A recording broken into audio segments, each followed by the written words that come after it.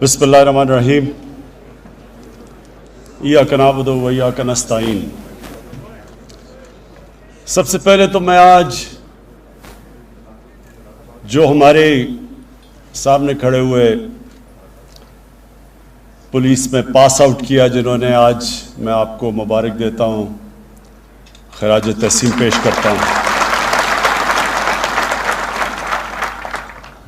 میں آج اس لیے خاص طور پہ یہاں آیا ہوں،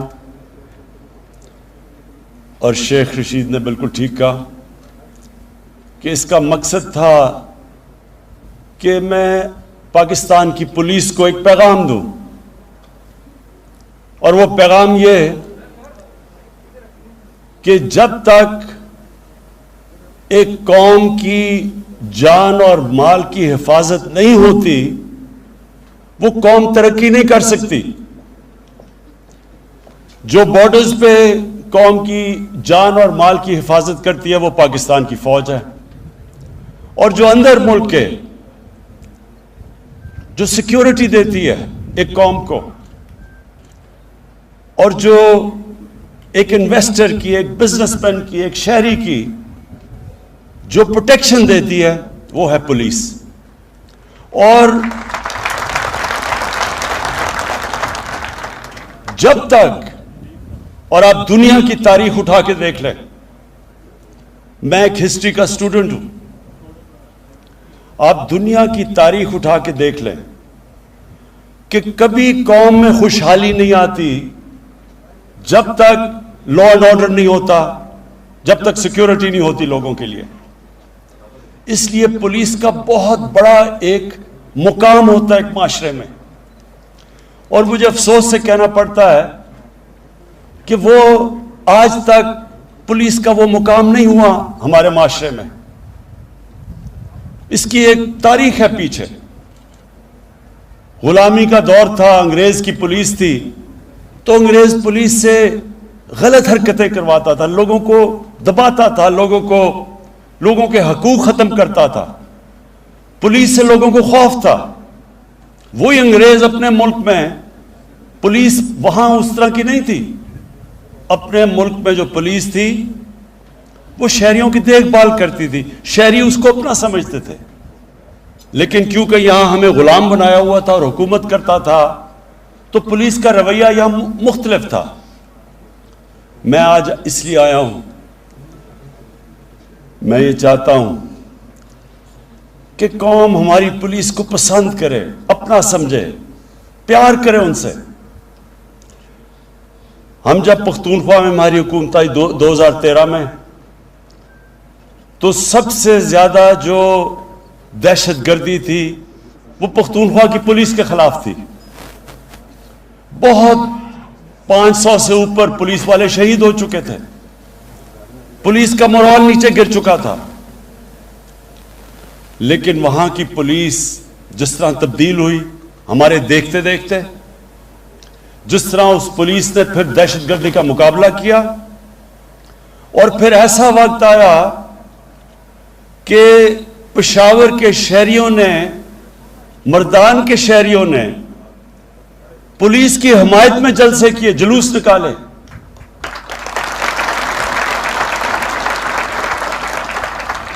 اور مجھے بڑا فخر ہوا کہ اپنی آنکھوں کے سامنے میں نے اس پولیس کو بدلتے دیکھا۔ تو میں آج آپ کو بھی، کیونکہ آپ نے آج پاس آؤٹ کیا ہے، آپ کو میں اپنی زندگی کے تجربے سے اور جو میرا اللہ میں ایمان ہے اس سے آپ کو ایک ایڈوائس دینا چاہتا ہوں۔ یہ اپنی زندگی میں ہمیشہ یہ بات یاد رکھنا، یہی میں ایڈوائس اپنے بچوں کو دیتا ہوں کہ جب ہم اللہ سے نماز میں صرف ایک چیز مانگتے ہیں کہ اللہ ان کے راستے پہ لگا جن کو تو نے نعمتیں بخشیں، ان کے نہیں جو اپنی تباہی کے راستے پہ نکل گئے۔ ہمیشہ آپ کے سامنے میں دو راستے آئیں گے، ہر انسان کے سامنے میں کبھی نہ کبھی اس کو فیصلہ کرنا پڑ جاتا ہے، دو مختلف چوائسز آ جاتی ہیں۔ میں جب کرکٹ میں اوپر آ رہا تھا تو میرے سامنے بھی یہ دو راستے آ گئے. ساؤتھ افریقہ میں ان دنوں میں کرکٹ کھیلتے تھے, وہ اپارٹھائڈ کی رجیم تھی, UN کی سینکشنز تھیں, تو بڑے پیسے دیتے تھے ساؤتھ افریقہ کرکٹ کھیلنے کے لیے. تو بڑا مجھے پیسہ آفر ہوا کہ آپ ساؤتھ افریقہ آ کے کرکٹ کھیلیں. لیکن اگر میں کرکٹ کھیلتا تھا ان کے لیے تو میں ایک رجیم جو کہ ریسسٹ رجیم تھی, اپارٹھائڈ کی رجیم تھی, میں نے اس کو سپورٹ کرنا تھا. تو پیسہ تو مل جانا تھا لیکن عزت نہیں ملنی تھی. پھر جب میں کیپٹن بنا, پہلے ہی کیپٹن میں مجھے ایک ہندوستان کے کسی بکی نے آفر کیا کہ اگر آپ ٹاس کا میں فیصلہ بتا دیں تو آپ کو اتنے پیسے دیں گے. ان دنوں میں بڑا پیسہ تھا وہ. تو یہ یاد رکھنا کہ یہ ہر انسان کو یہ دو راستے, ایک شیطانیت کا راستہ ہے, ایک انسان کی عظمت کا راستہ ہے. ایک راستہ وہ ہے جو اللہ قرآن میں ہمیں کہتا ہے کہ نبی صلی اللہ علیہ وسلم کے راستے پہ چلو, ان کی سنت پہ چلو. وہ راستہ آسان راستہ نہیں ہے. کئی دفعہ جو آپ آسان راستہ سمجھتے ہیں وہ آپ کی تباہی کا راستہ ہے. تو آپ کو ہمیشہ یہ چوائسز کرنی پڑیں گی. اور یہ میں آپ سے بالکل, یہ جو شیخ رشید نے کہا, یہ بالکل آپ کی بات ٹھیک ہے. میں سمجھتا ہوں کہ آپ کو بھی جو تنخواہ ملتی ہے وہ کافی نہیں ہے, بلکہ آپ کو نہیں, ہمارے کتنے تنخواہ دار طبقہ ہے, کیونکہ مہنگائی بڑھتی گئی ہے کئی سالوں سے, تو اس کی وجہ سے تنخواہیں اتنی نہیں جتنی ملنی چاہیے. تو ایز آسان ہوتا ہے کہ چلے یہ راستہ لے لیں, پیسہ مل جائے گا, صرف ضمیر بیچنا ہوتا ہے. لیکن میں آج آپ کو یہ کہتا ہوں کہ قرآن میں اللہ نے واضح لکھا ہوا ہے کہ رزق اللہ کے ہاتھ میں ہے. آپ حلال کی بھی کما سکتے ہیں, حرام کی بھی کما سکتے ہیں, لیکن قرآن میں واضح ہے کہ رزق اس کے ہاتھ میں ہے. میں نے اپنی زندگی میں دیکھا, اور شیخ رشید نے بھی اسی ٹائم پہ دیکھا ہوگا, وہ سیاستدان جن کو اللہ نے اتنا موقع دیا, ملک کے سربراہ بنا دیے, اور ان کے سامنے بھی یہ دو راستے تھے. وہ بھی حلال کی کمائی بھی کر سکتے تھے, اور بہت بڑی ایک عزت ہوتی ہے ملک کا سربراہ بننا. لیکن جس راستے پہ وہ نکل گئے, آپ کے سامنے آج وہ عبرت کا نشان بنے ہوئے ہیں. ان کے پاس آج اتنا پیسہ ہے, ان کو خود نہیں پتا کتنا پیسہ ہے, لیکن کبھی ہسپتالوں میں جا رہے ہیں, کبھی ملک سے باہر جا رہے ہیں, کبھی بچے باہر جا رہے ہیں, بچے باہر بھاگے ہوئے ہیں. کئی بچے کو جھوٹ بولنا پڑ رہا ہے باپوں کی چوری کو بچانے کے لیے. کیا فائدہ اس پیسے کا؟ یہ پیسہ اللہ کا عذاب ہے.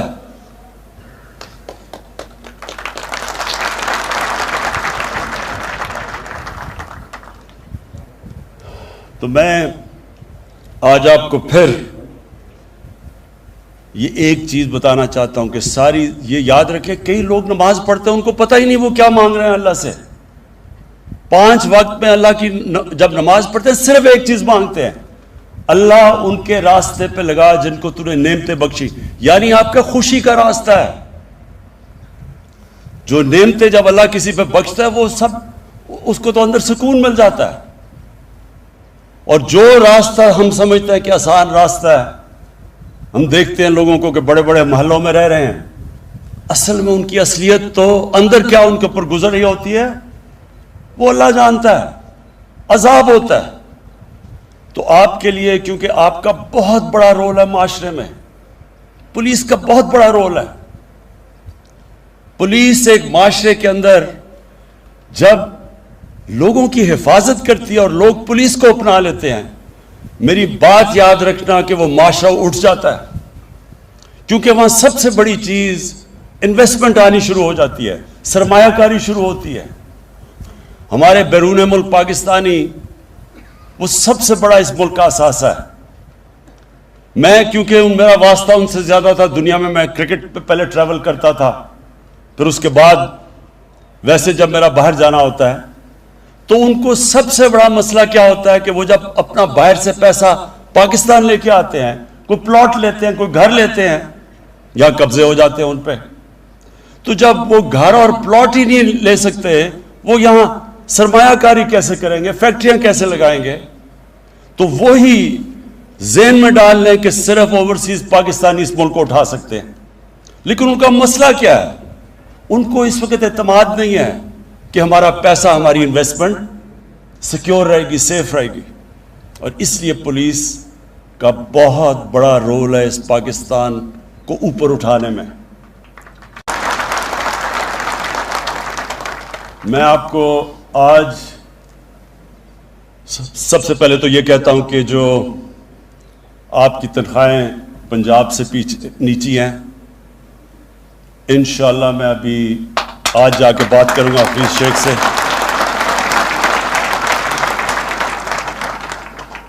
میں آپ کو یہ سب کو بتا دوں کہ یہ ملک، ہم جب پچھلے 2 سال سے جو ہمارے معاشی حالات ہیں، سب سے بڑا مسئلہ کیا ہے؟ ملک کے گھر کی طرح ہوتا ہے، گھر مقروض، سب سے زیادہ قرضے چڑھے ہوئے. تو جب ایک گھر پہ قرضے چڑھتے ہیں تو کیا کرتا ہے گھر؟ ہر گھر میں کبھی نہ کبھی مشکل وقت گزرتا ہے. تو جب قرضے چڑھتے ہیں تو گھر اپنے خرچے کم کرتا ہے جب تک اس کی آمدنی نہیں بڑھتی. تو جب خرچے کم کرتا ہے تو تکلیف ہوتی ہے لوگوں کو. ہم نے بھی میں نے اپنے آفس کے، پرائم منسٹر ہاؤس اور پرائم منسٹر آفس کے 60 سے 70% خرچے کم کیے ہیں.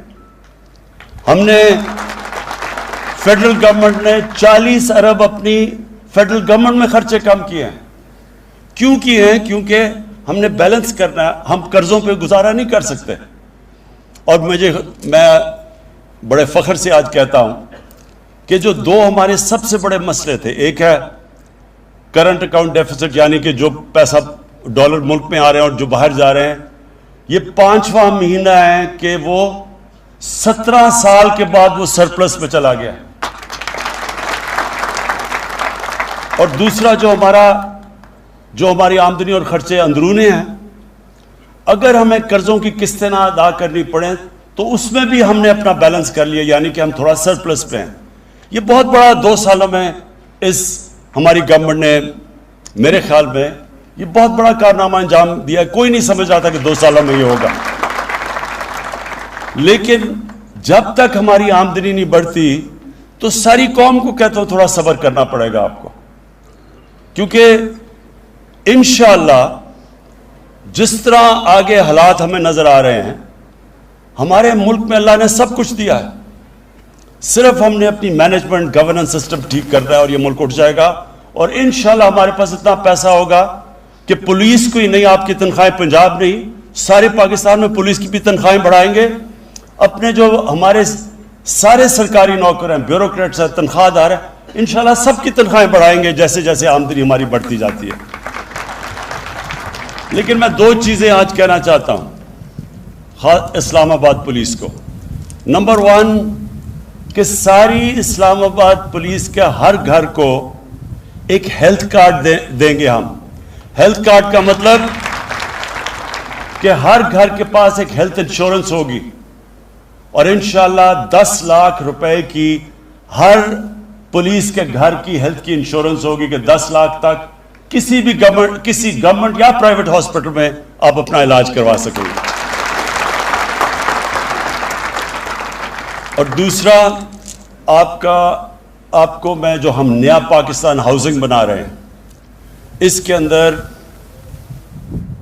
جو بھی تنخواہ دار، اور خاص طور پہ شروع آپ سے کریں گے، اسلام آباد پولیس اور آپ کے اسلام آباد میں جو فیڈرل یہ جو ہمارے سرکاری نوکر ہیں، ان سب کے لیے ہم اب وہ کرنے جا رہے ہیں جو کبھی پاکستان میں پہلے نہیں ہوا، کہ سرکاری نوکر جو اپنی تنخواہ سے جو کرایہ دیتے تھے، وہ کرایہ آپ کے گھروں کی قسطوں کے اوپر چلا جائے گا. یعنی کہ بجائے کرایہ دینے کے وہ گھر کی قسطیں دیں گے اور آپ کا وہ گھر اپنا ہو جائے گا. یہ ہمارا بڑا پروگرام ہے نیا پاکستان ہاؤسنگ میں، خاص طور پہ آپ جیسے پولیس والوں کے لیے، سرکاری نوکروں کے لیے. تو وہ انشاءاللہ ہم پولیس سے شروع کریں گے اور ہم ہیلتھ کارڈز بھی آپ سے شروع کریں گے. باقی میں آئی جی صاحب جو آپ نے ریکویسٹ کی وہ میں ساری آپ کی جا کے پروسیس کروں گا. جو آپ نے چیزیں کہیں وہ کیونکہ میں بادشاہ نہیں اور پرائم منسٹر ہوں تو مجھے پوچھنا پڑتا ہے اپنے فائنانس منسٹر سے, اس سے بات کر کے. تو انشاءاللہ آپ کی پوری کوشش کروں گا آپ کی حمایت کروں. میں آپ کو آخر میں پھر اپنی پولیس کو آج آپ جو پاس آؤٹ کیے ہیں آپ کے لیے بھی اپنی ساری پاکستان میں جو پولیس ہے اس کو بھی آج پیغام دینا چاہتا ہوں کہ اب وقت آ گیا کہ ہماری پولیس ایک اور لیول کی ہو جس کی عزت ہو معاشرے میں, جو معاشرہ اس کو اون کرے.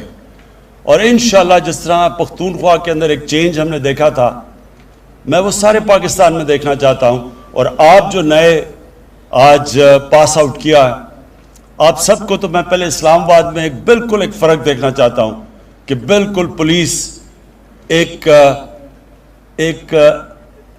جس طرح نیا پاکستان ہے ایک نئی پولیس فورس ہمارے سامنے آئے جو ایک بالکل مختلف اس کی ایٹیٹیوڈ ہو, اس کا ایک لوگوں کے اندر. شیخ صاحب نے کہا وی آئی پیز کا تو کرتے ہی رہتے ہیں ہم. میں چاہتا ہوں کہ جو عام ہمارا شہری جو غریب آدمی ہے آپ اس کو وی آئی پی بنائیں, وہ آپ کے لیے وی آئی پی ہو,